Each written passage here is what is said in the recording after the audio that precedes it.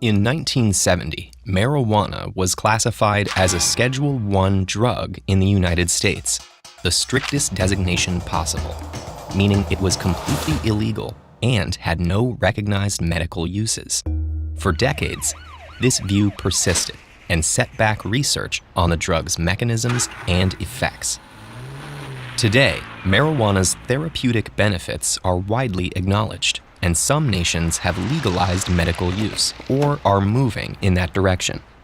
But a growing recognition for marijuana's medical value doesn't answer the question, is recreational marijuana use bad for your brain?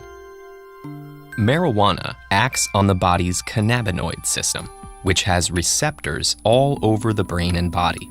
Molecules native to the body, called endocannabinoids, also act on these receptors.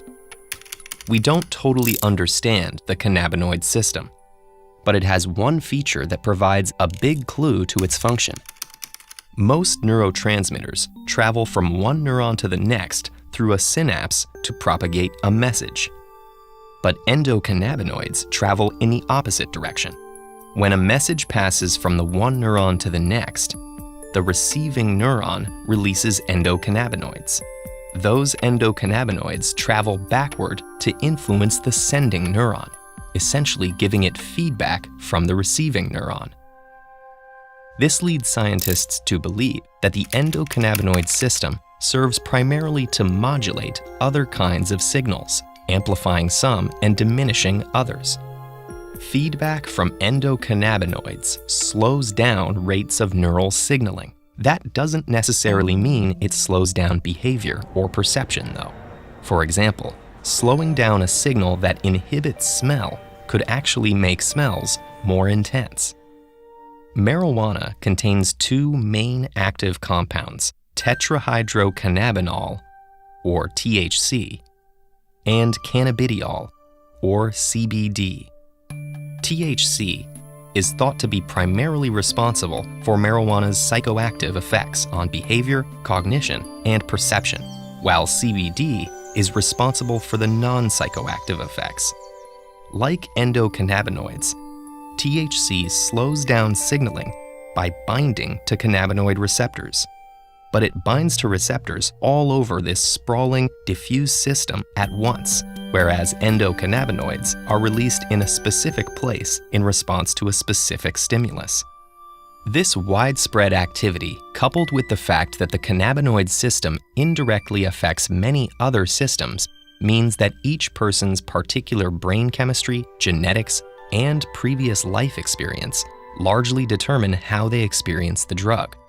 That's true much more so with marijuana than with other drugs that produce their effects through one or a few specific pathways.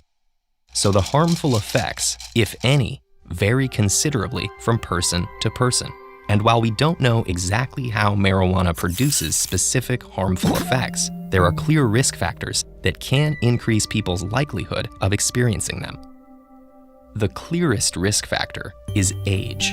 In people younger than 25, cannabinoid receptors are more concentrated in the white matter than in people over 25. The white matter is involved in communication, learning, memory, and emotions. Frequent marijuana use can disrupt the development of white matter tracts and also affect the brain's ability to grow new connections. This may damage long-term learning ability and problem solving. For now, it's unclear how severe this damage can be or whether it's reversible. And even among young people, the risk is higher the younger someone is, much higher for a 15-year-old than a 22-year-old, for instance. Marijuana can also cause hallucinations or paranoid delusions. Known as marijuana-induced psychosis, these symptoms usually subside when a person stops using marijuana. But in rare cases, psychosis doesn't subside, instead unmasking a persistent psychotic disorder. A family history of psychotic disorders, like schizophrenia, is the clearest, though not the only, risk factor for this effect.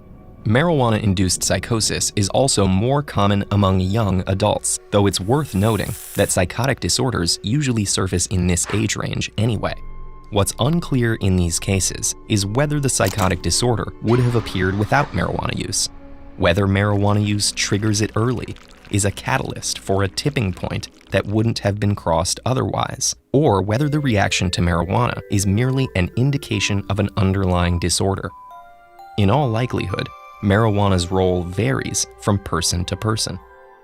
At any age, as with many other drugs, the brain and body become less sensitive to marijuana after repeated uses, meaning it takes more to achieve the same effects.